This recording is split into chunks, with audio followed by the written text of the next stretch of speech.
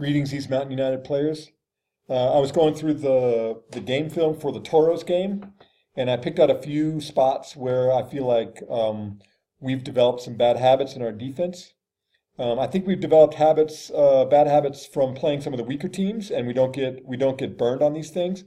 But I'm noticing that some of the better teams are starting to take advantage of these things and score on us because of some of these habits. Um, One thing that I think we worked on early on, especially when we started running a three-back system, is the whole concept of shifting and keeping our spacing tight in the back line. And I think that's really important because teams have been starting to exploit these big gaps. So in this case, this is a throw-in. White balls can be thrown in right here. We've got a gigantic gap between our outside back, our ball side outside back, and our center back. We've also got a pretty big gap here between the center back and the weak side outside back.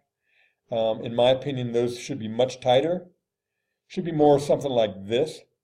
You know, defensive mids, they've got to get in the game here. They've got to be goal side of these players so that the defensive line can keep their shape. But I've got an outside back here, probably in a good position.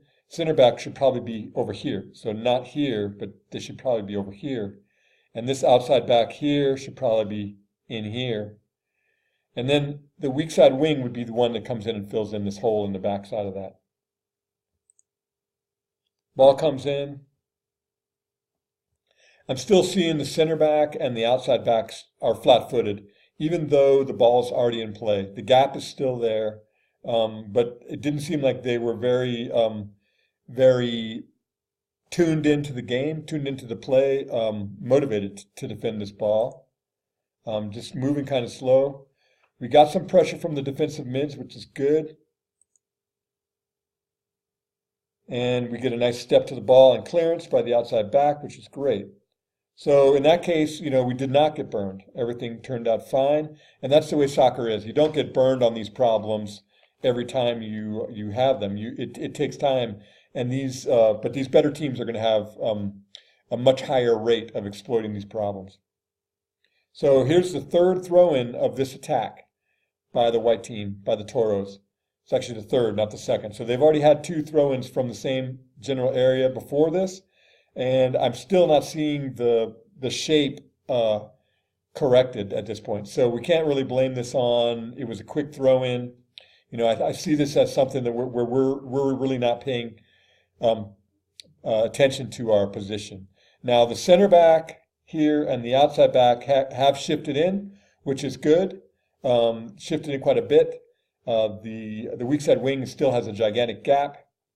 And really, I only see 7 players in this play right now. So I feel like the forwards have not even come back to help the defense at this point. So just because you're an attacking midfielder or even a forward doesn't mean you can't also play defense. Really, everyone on the team has to play as a unit. And in these situations, especially against a team like this, we've all got to pull back and work the defense.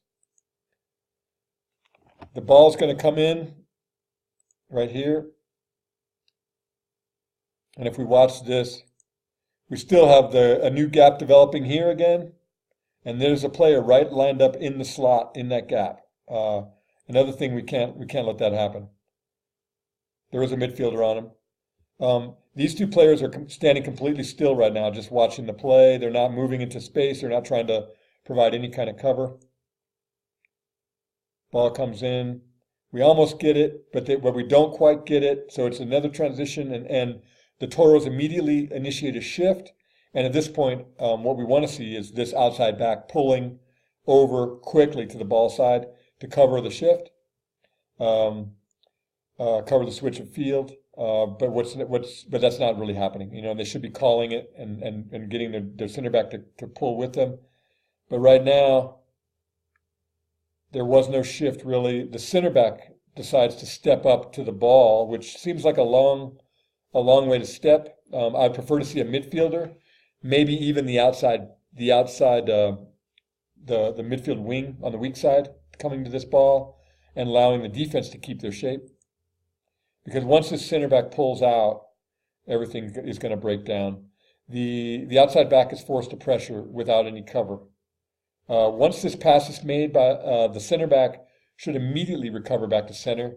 But if we watch what's going to happen here, they don't. They just stay. They miss the ball. They're just going to stay back. They're going to be out of position.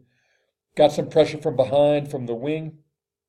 We got midfielders coming in late to the party now. And the center back is forced to step up to prevent the shot. This weak side outside back is now out of position. I don't see the outside wing coming back at all. And the center back is still completely out of position at this point. It's a shot and a goal at this point. So I think because there was no shift, not enough. I think that's what stretched the defense. Center back stepped out of the shape. I think prematurely. We didn't have enough pressure from the midfielders. So it's a team effort to allow these goals in. And I think we all need to kind of take that attitude that we need to play defense as a team to prevent this stuff from happening. I'm going to try to find some film from my girls' team that might give some examples of how this can work a little bit better. Okay, here's a really similar situation. It's a throw-in in our defensive third. And the first thing I want you guys to notice is how many players are involved in this defensive stand, and how many players are behind the ball, are basically goal side of the ball. Let's count. 1, 2, 3, 4, 5, 6, 7, 8, 9.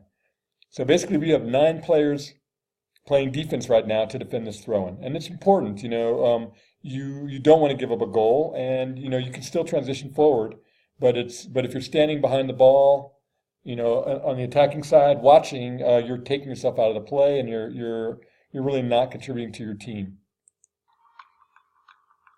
So there's 9 players ready for this throw.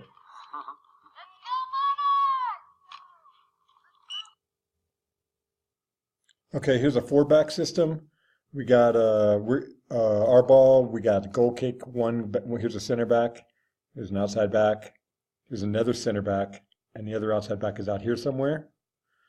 This is a midfielder in here. Notice a couple of things on this clip. Center back here, we're going to lose the ball. Center back here is going to decide to step up and pressure.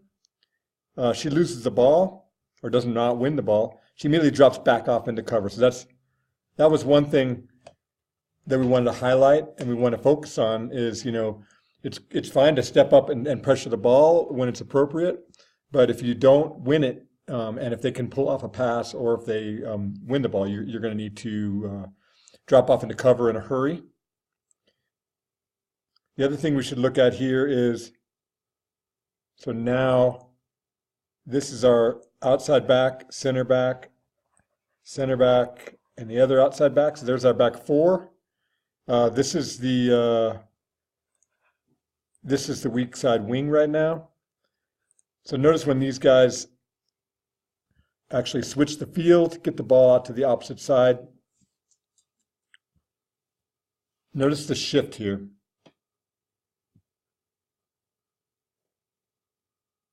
So we've got 1, 2, 3, 4 players here, really inside of the outside post. So they're all probably even inside of the penalty spot. So that's how far shifted those 4 players are. And then it is the responsibility of the weak side wing to come in and tuck in. So we want to keep these gaps in here as small as we can. We want to play for cover, pressure cover to keep our depth. And we don't want to be afraid to extend ourselves in that way so that we can stay compact as a defensive unit.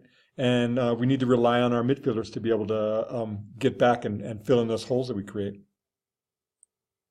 Here's another example of some defensive teamwork where we can tune this a little bit.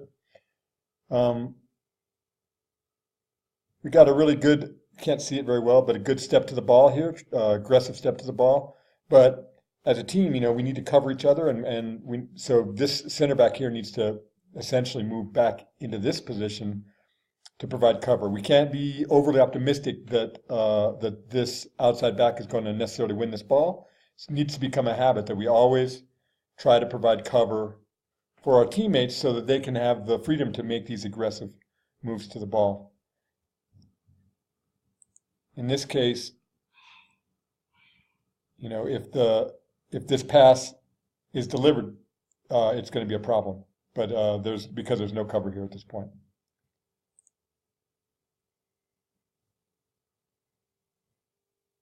One more example. There's the ball.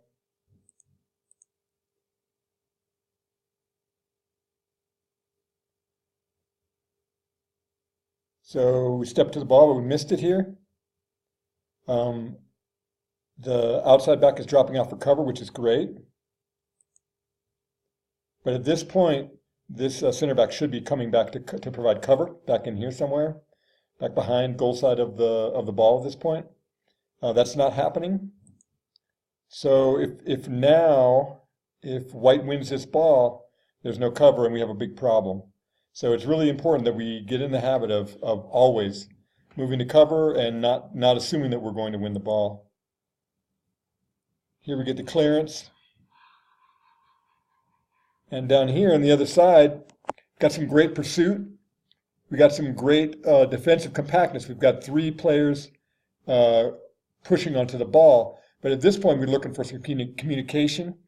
And we probably want to have these midfielders moving in to seal off these passes because we do have this person isolated out here, 3v1, and probably one of the 3 should peel off and try to seal off this pass in the middle.